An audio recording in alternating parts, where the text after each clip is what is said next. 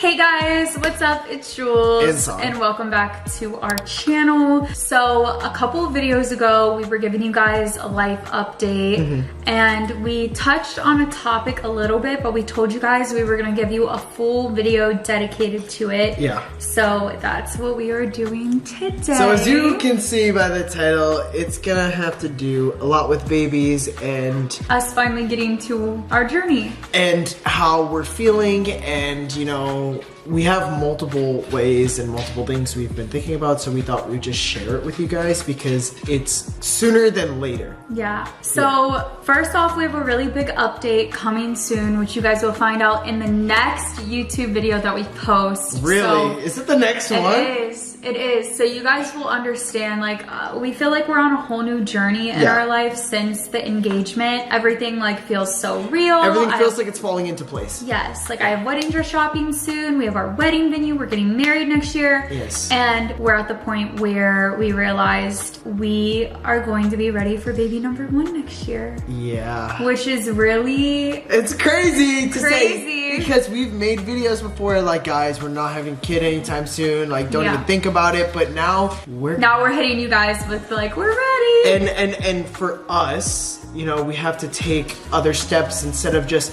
randomly, you know, expecting it one day. There are a couple of extra steps we're gonna have to go through, and this is gonna be a lot. So my cousin actually just recently had her 3rd baby. She's literally only like 2 months old. Yes. So I was trying to spend a lot of time with this baby because I don't see newborns often. And I was asking her a ton of questions. I was saying all my concerns because I feel like a lot of them may not be like normalized or discussed a lot. And I remember in the beginning when I told Saad, I'm scared to have a kid because of XYZ. At first, even he was like... Well, I just didn't really think about that. I never thought the things that you would think. So everybody's different. I'm gonna tell you. So we're gonna guys, be honest. We're gonna be very honest. We're gonna be very vulnerable. I'm gonna tell you guys my fears, but I'm also gonna tell you why we're finally at this stage where we're ready. And the thing is, I feel like what I was saying to my cousin, what's hard with me and Saad is, like he said, we can't randomly just get pregnant. I can't just take a test one day and be like, I'm pregnant, surprise, honey. Like, and for the newer people, I'm trans. I think what makes it so scary to me is we have to literally just pick up the phone one day and be like,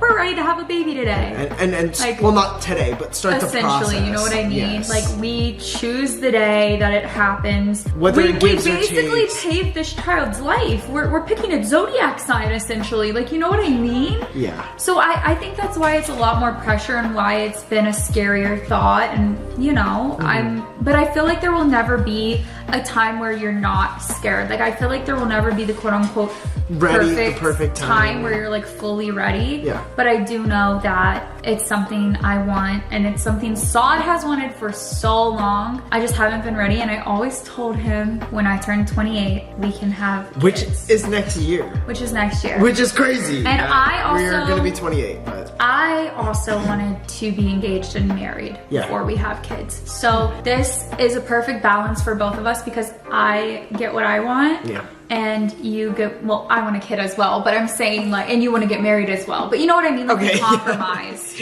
Yeah. It's a compromise. Yeah. So where should we start? Let's start off with the whole entire process itself, maybe, and then what our concerns are with the process. Okay. So Saad had egg retrieval, how long ago now?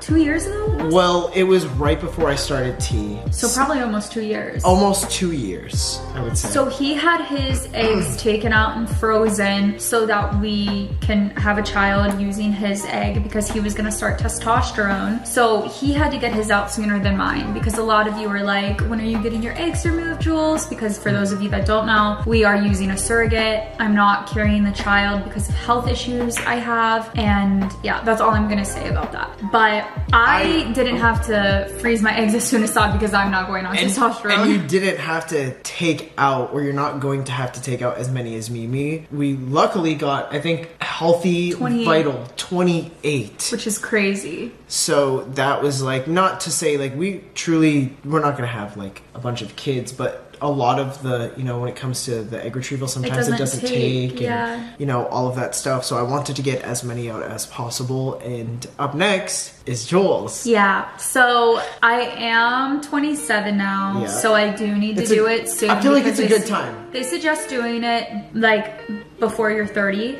So now that I've gone through like my health process, I've gotten my health to a better standing, I will most likely do egg retrieval. When will I most likely do it? I mean, that's up to you. That's a good question, because it's also like, would I do it before the wedding? We'll get to that. I'm gonna do There's a lot we have to talk about with you guys. So we want you guys to be like highly active in these comments, because we don't have this fully planned. We're literally speaking from an open mind right now. Yes. We know we want to start the baby process next year. We know the baby will not be here until 2026.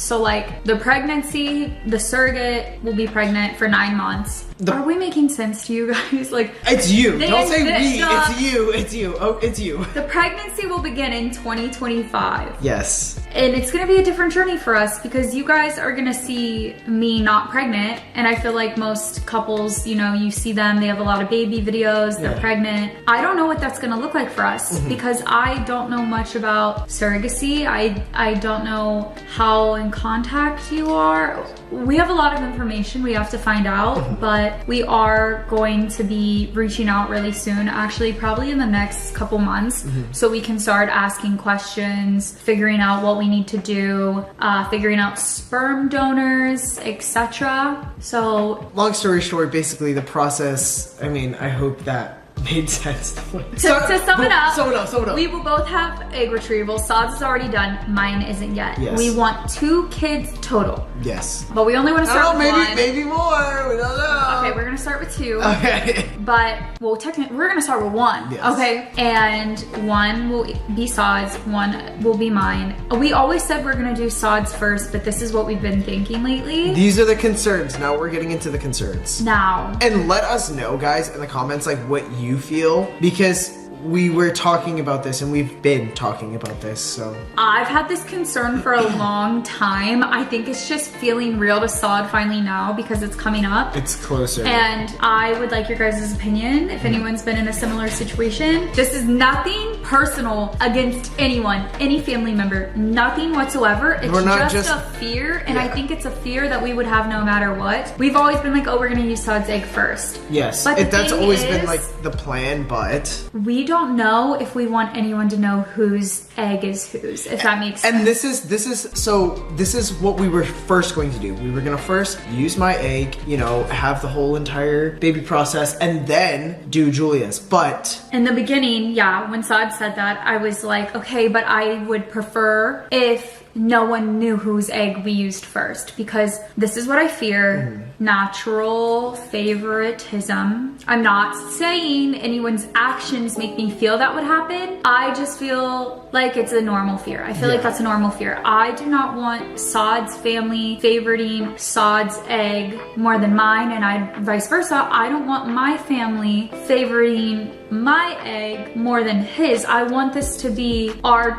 they will be our children equally, but I want everybody else, like both families, both sides of the family, to not be like, oh, that's Julia's egg. Like, no. Which I'm not saying they would, and that's why we're not picking at anybody. I'm not saying anyone's doing anything. It's something you think about. Yeah, I mean, it's a true fear. Yeah. I never know. And originally why Sod was like no was because, which is a valid reason, which I also understand. He's like, I don't want people guessing their whole life and it becoming this thing of, is this kid Sod's egg, or this kid, this one, oh, look at their like, nose looks like Julia's nose. It has to be Julia's. So Sod's like, I don't want it to be a guessing game for everyone their whole life. And now we're like, oh my god, what do we do? Do we keep whose egg we use? I think we should. And this is about to get really crazy, because I had another idea and you guys are gonna think I'm absolutely insane. If it's what we were talking about in the car, it's absolutely it's not absolutely for me. insane. No, hell to the no. No, it's about pig. Oh, You're gonna say the other thing. No, I'm not. We're not saying y'all don't need to know what that was. Before I get to the piglet thing, first off, let me say we're everywhere. I feel like we have to restart this video. We're all over the place. But, no. But this is where our minds are at right now. This is how we are. Because we have so much going.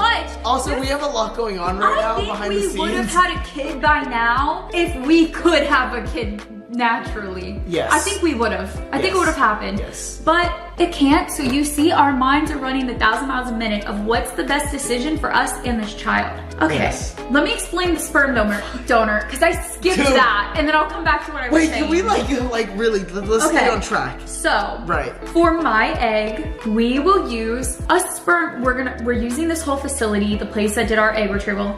They have donors. Yours? Right. They're gonna be doing mine. No, I'm kidding. So for my egg, we will use a sperm donor who has SODs, as close to SOD as possible. Okay, someone that looks as similar to SOD, has the same features, the same ethnicity, like traits, all of that stuff. And the good thing with the donors are they have to be healthy. Like there's certain markers where it's like there's nothing wrong with them, so you get the healthiest embryo possible. They have to pass a bunch of tests in order to. Yes. So it will be like Cape Verdean, Sicilia, SOD, close to possible a SOD's genetic makeup, so that when the donor is with mine, it would turn out as close to possible as what our biological kid would look like, if that makes sense. And vice versa with SOD's egg, we will use a donor who is white, of German descent. I think I'm like German and British. It's like whatever, the closest. I just love the way I don't know. I want it to be as close, brown hair, brown eyes, like same so that it's as close to what our kid would be. That's what we want. We want it to be as close to possible. I feel like there's a lot of couples that, that's what they want. But we don't know anyone personally that's been through this, so it's just a lot on our minds. And I think it would be great if we knew people that went through it, but we don't. It's like when you're the first to do something in your family, it's scary, confusing, and it's scary, and you feel like you have no one, but they're trying to be there for you, but they don't really know either. Yeah. So it's like, it's new for everybody. It's new for everybody, but like this is the start, and it's crazy because by 2025 and 2026 we're gonna be a lot more educated, and we can look back at this video and be like, wow, we was all over the place. Now we know this, that, and the third. So this is just where our mind is at right now, and which I was gonna bring back to the. Do we tell people? This is the thing. It's not that I think we owe anyone anything. We're back on this. But I'm thinking, is it smarter for people to just know? Look, I pray in a perfect world, everyone just views each child equally, loves each child equally. And like I'm saying, I feel like I need to disclaim, neither of our families. Who do you think's watching this from our family? I don't know. I'm just saying, it's not that I think either of our family, like no one specifically is giving me any vibes that they're not going to treat the kids equal. But it's a fear we have. I feel like it's a natural fear. People are gonna wonder and speculate, and so we're like, is it better for them to know? But what if they think this or say this or I just don't. Or is it better for them not to know? But then are they gonna dissect the kids their whole life playing a guessing game? Well, I'm personally not gonna have anybody around for that. Like if you're gonna do that, like no, 100%. But like it's like which one is worse?